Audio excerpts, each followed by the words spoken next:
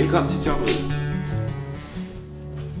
Jeg er født med en sygdom, Asperger,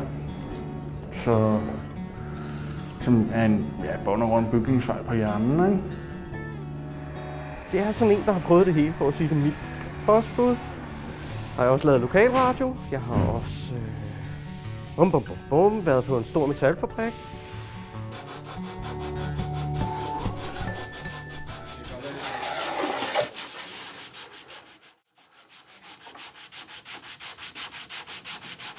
Det her det er så sæde, jeg bor lige nu. Og det gør jeg så, at når vi samler det, så passer det hele bare sammen på en gang. Det er jo ikke sådan noget med at gå og grave et hul og så fylde det op igen. Der kommer jo igen et produkt ud af det, vi kan se det, når vi går i byggemiljøet. Ikke? Der sidder altid nogen på dem. Ikke?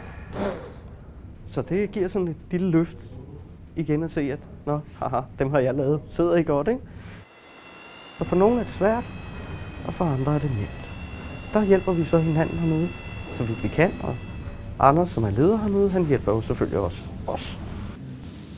Det er et sted mellem 2 og 3 dage om ugen, det er sådan lige passer mig for mig.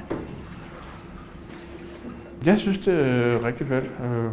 Flinke, rare mennesker, og rigtig søde mennesker. Arbejdskollegaer, man har her. Og det er sådan virkelig, det er det, der betyder virkelig meget for mig. Ikke?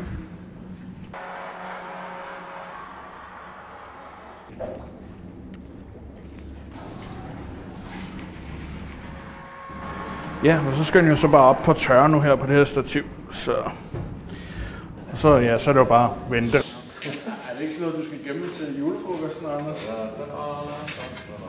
At det rent faktisk er noget produktivt, man laver, noget folk får glæde af.